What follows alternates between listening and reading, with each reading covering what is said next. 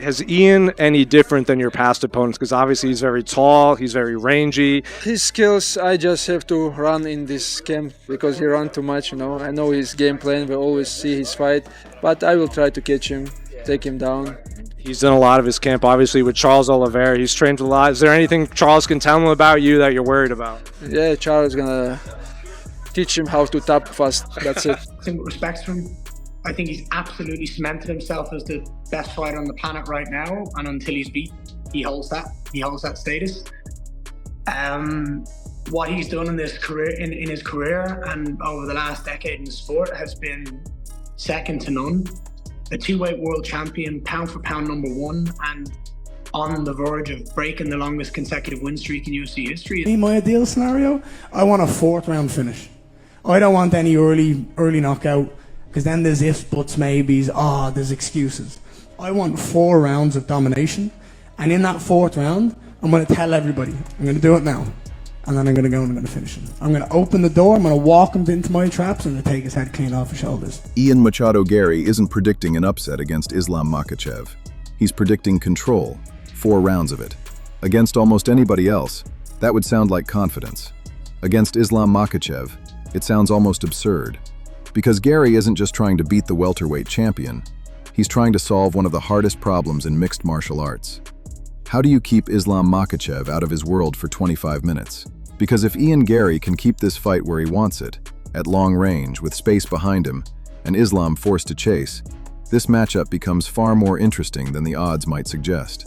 But if Makhachev can take that space away, walk Garry toward the fence, connect his hands and force him to grapple, everything changes. And that is what makes UFC 330 fascinating. Garry doesn't need to prove he's a better fighter everywhere. He needs to make one entire section of Makhachev's game unavailable. Michael Bisping is one of the people who sees a legitimate path for him. Garry has length, speed, mobility, and the confidence to fight from distance without feeling the need to stand directly in front of his opponent. The style that Ian Garry has, it is the length and the reach that he has, and it is his ability to silence out the crowd and not give a damn if you people are booing. If everyone in the arena is throwing their popcorn and the drinks and going, boo, this is garbage, because all Ian Garry is doing is dancing around, popping the jab, throwing the right hand, using push kicks to keep Islam away. He won't care, because on paper, or according to the judges, he's winning the fight. Kenny Florian has focused on the same foundation. Footwork. Not movement for the sake of movement, but purposeful movement. I think Ian Machado Garry is very difficult to close the distance on. His height, his size, his footwork in particular makes him a very difficult guy to deal with. He moves so well. Forward, back, laterally, has a long jab, knows how to use long weapons to keep you on your back foot, keep you hesitant. His feints will keep you off balance. Because against Islam, the geography of the fight matters almost as much as the techniques themselves.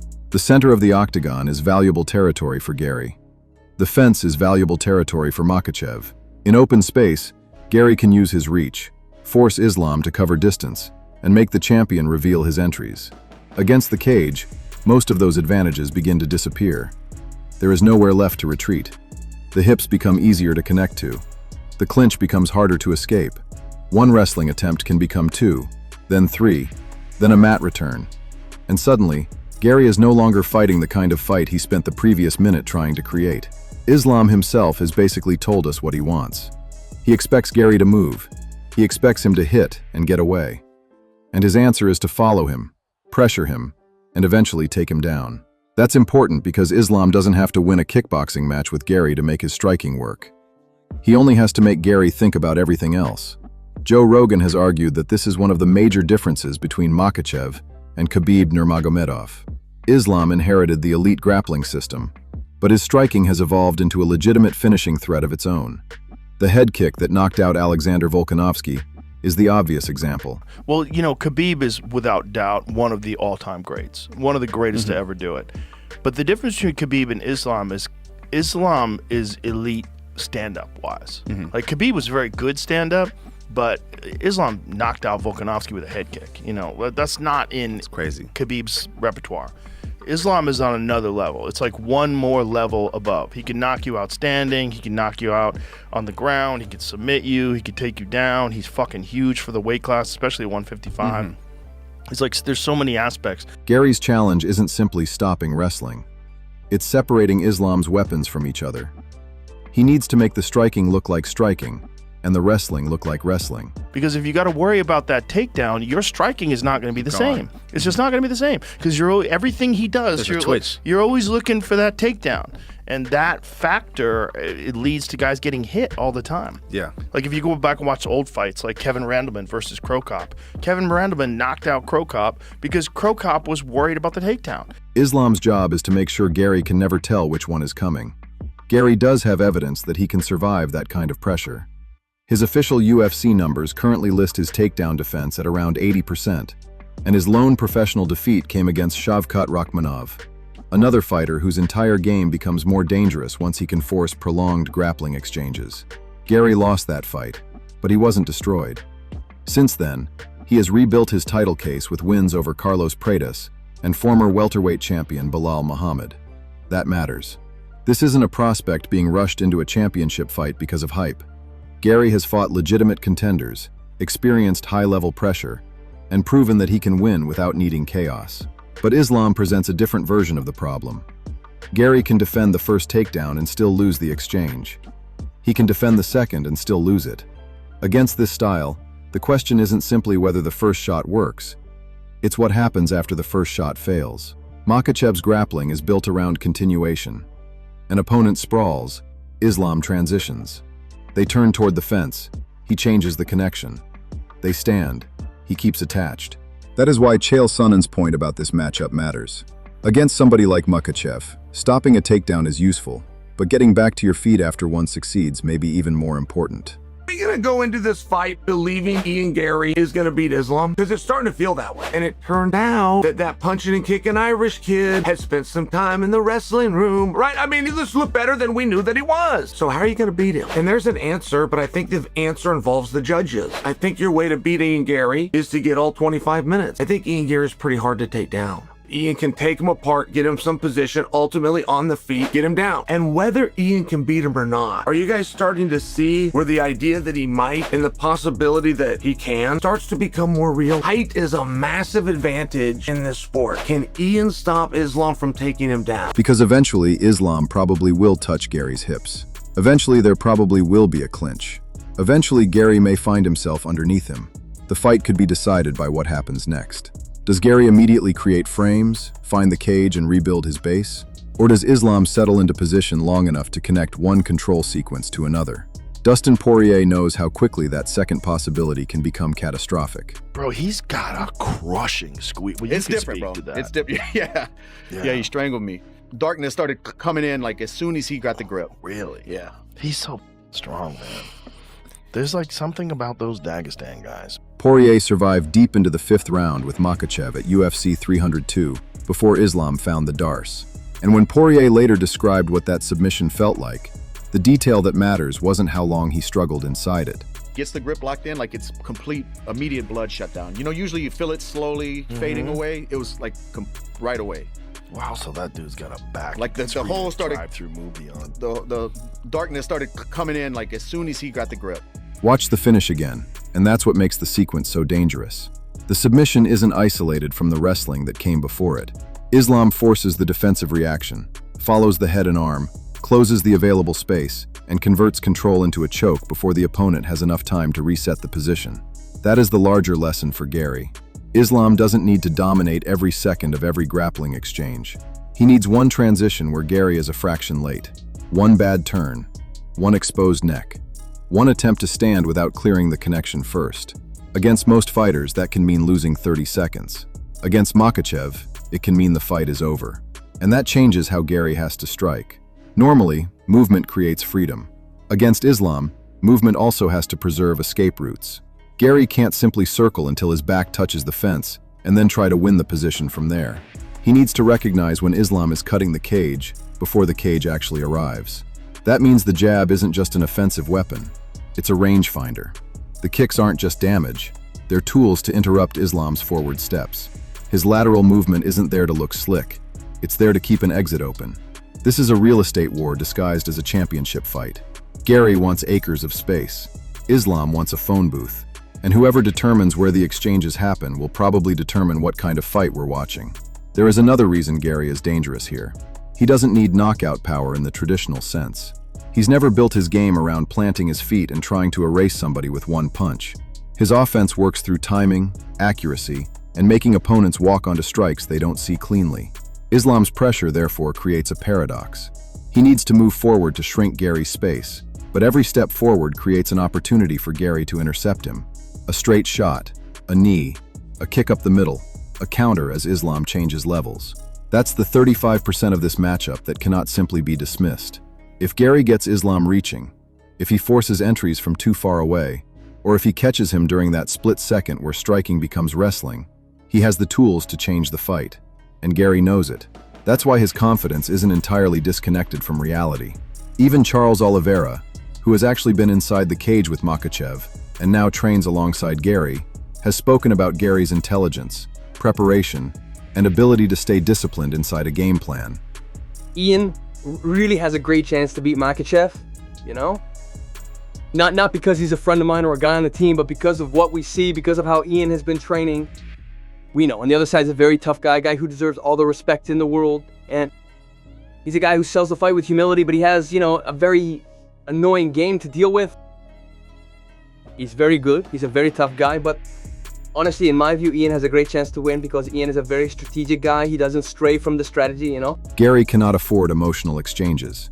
He cannot afford to prove how tough he is from bad positions. He cannot afford to win 30 seconds of striking and then voluntarily give Islam the fence because he wants another combination. The upset path requires patience bordering on obsession. Touch, move, reset. Make Islam turn.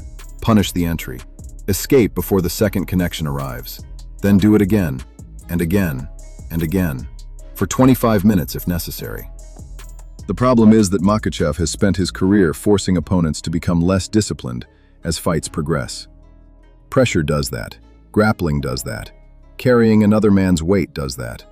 The first escape can be technically perfect. The fifth is usually harder.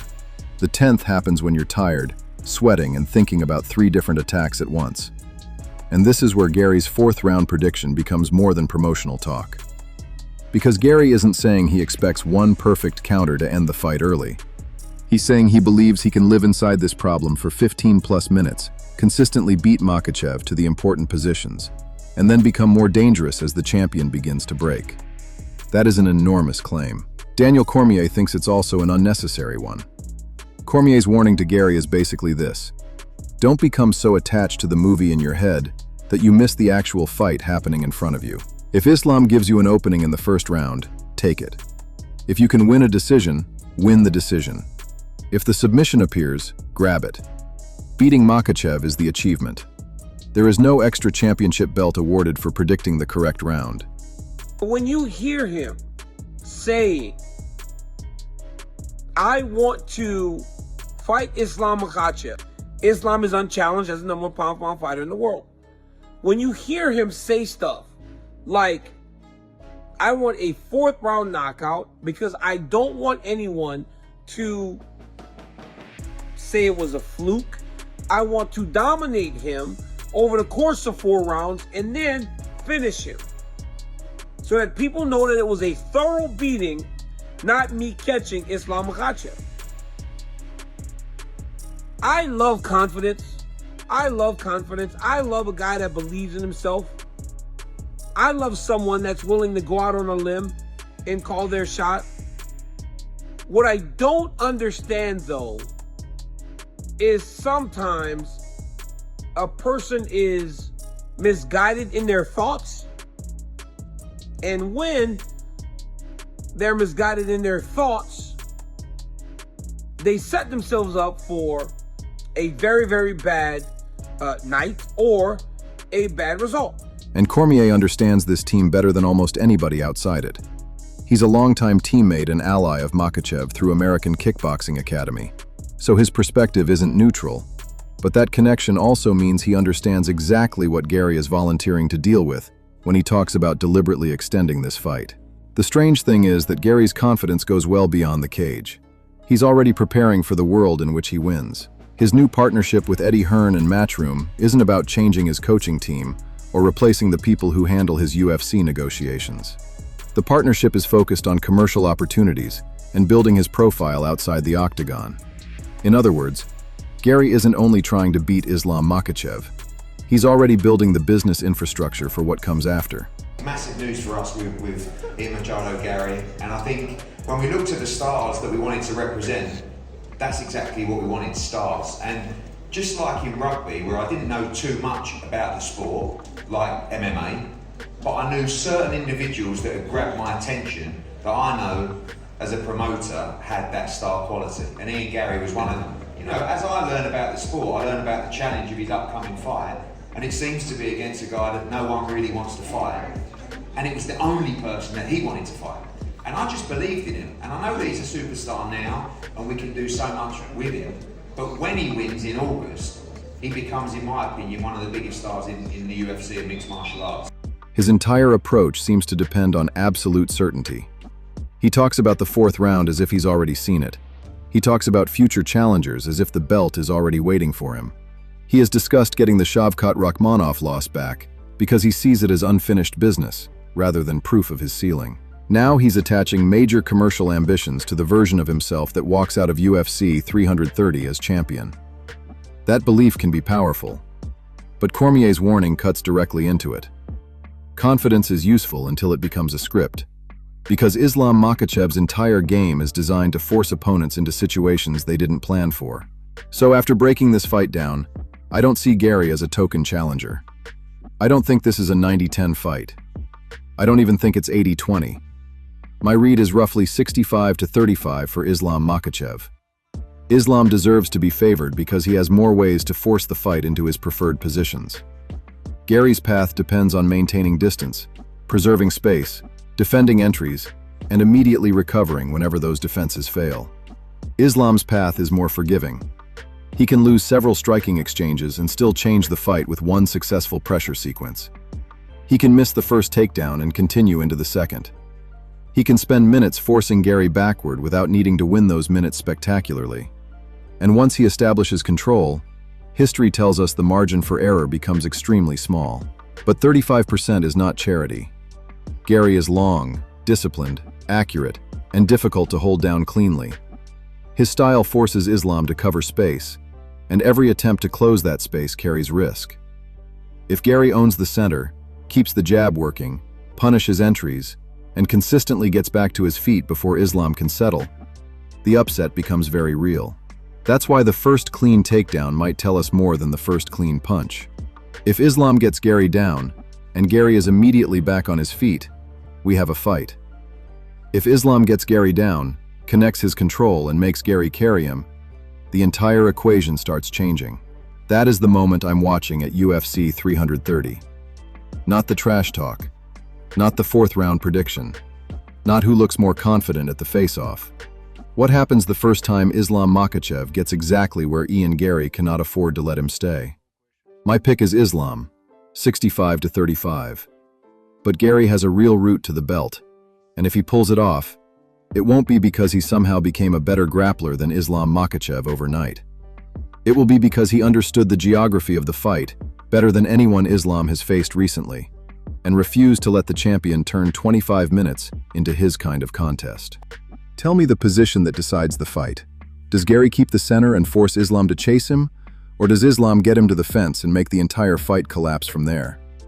Give me your winner, your method, and the moment you think decides this fight in the comments. And if you want more breakdowns like this before the biggest fights in the sport, subscribe. UFC 330 is almost here. Now we get to find out whose game survives when the cage door closes.